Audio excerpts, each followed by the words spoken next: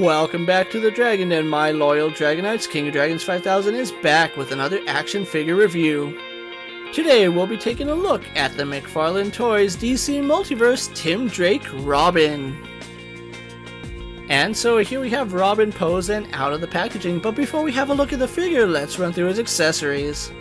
Robin does come with his bow staff and a batarang. Rather light on accessories, but that is expected of McFarlane, so with that out of the way, let's move on to his details. Tim Drake is looking really nice in the classic Robin color scheme. This was one version of the character everyone predicted when we saw how his arms were sculpted.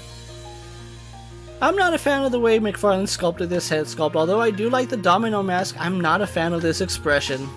I will say that the paintwork on his mouth and his teeth are done exceptionally well for McFarlane. The hair sculpt is the exact same as we saw in that original Tim Drake action figure. And carried over from that original action figure is the sculpt work on his torso. Despite being a repaint, I love the way McFarlane sculpted Robin's torso.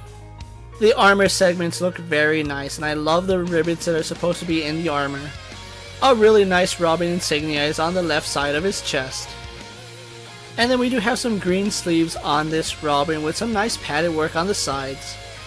He does have bare arms going from his biceps all the way to his gloves. His gloves are also green with some really nice sculpt work on both the straps and the padding on the gloves themselves. This Robin is sporting a brand new utility belt. Though it is nicely sculpted, unfortunately due to a lack of paint, it does lose a lot of that detail. His trunks are also done in red with some really nice armor plating on the sides and on the back.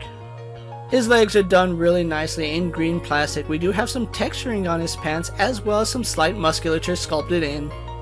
I like that the sculpt work on his tights is subtle, but it is noticeable when you have a look at it closely. And finally, Robin is wearing a nice pair of black boots. The boots are nicely sculpted with a really nice armor plate on the front and some straps on the side. We continue that nice detail onto his foot where we do have another strap, and it is modeled after a tabby sock. Finally, going on to his cape, McFarlane sculpted a brand new cape for Robin. His cape has some nice piping going all around the neck, which is done in yellow paint. The cape is also nicely sculpted with some folds and wrinkles going throughout it, and the fact that it is dual colored is a really good touch.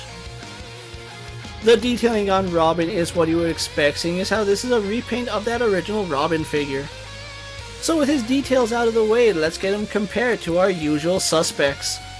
Here we have Robin posed next to a Marvel Legends Cyclops and a DC Multiverse Superman. Mattel's WWE Elite Series and Mezco's 1/12 Collective Popeye the Sailor Man. The Lightning Collection White Ranger and the Star Wars Black Series Mandalorian. And finally we have classic Tim Drake posed next to the Amazon exclusive Tim Drake. If you have that original Tim Drake figure, you pretty much know what to expect with this Robin. So with the comparisons out of the way, let's have a look at Robin's articulation. Robin has a double ball joint in his head, ball sockets in his shoulders, arms go out to the side and do a full 360. He has a bicep swivel and double hinged elbows, ball hinge in the wrists, ball joints in his upper torso and in his lower torso. Legs kick forward, go back, out to the side, and have a thigh swivel. Double hinge in his knee, ball hinge in his ankle, and finally a toe hinge. So standard articulation here on Robin, which is no surprise. So with Robin's articulation and everything said and done, let's get him posed for my final thoughts. The DC Multiverse Tim Drake Robin is a welcomed addition to my collection.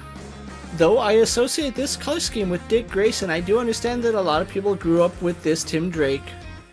He's an excellent figure, and I do like the fact that we got new parts to this Robin. Though I'm personally not a fan of his head sculpt, that's not enough for me to say that this is a bad figure. However, there are some issues that carry over into this figure from that original Robin. For starters, his articulation in the abdomen is rather limited moving forward and back. Add to it, he is a little bit tall for this scale. I do think that this Robin is still a little bit too big. Add to it, I do notice that the red from his tights actually rubs onto the green on his legs, so do be aware of that. Those of you who missed out on the Amazon exclusive Robin now have a chance to get Tim Drake into your collection. This Tim Drake will be readily available at other retails, so do keep an eye out for Tim Drake Classic Suit Robin. So with that being said, don't forget to like this video, leave a comment, subscribe to my channel, and check out all my other DC Multiverse videos. Check out my Instagram account for new and exciting action figure photos, videos, recent pickups, and my newest prints, and as always, ring that bell so you never miss another video. And until next time, my fellow Dragon Knights coming from the Dragon Den, I'm KingofDragons 5000 reminding you to redesign, rebuild, and reclaim. I'll see you next time.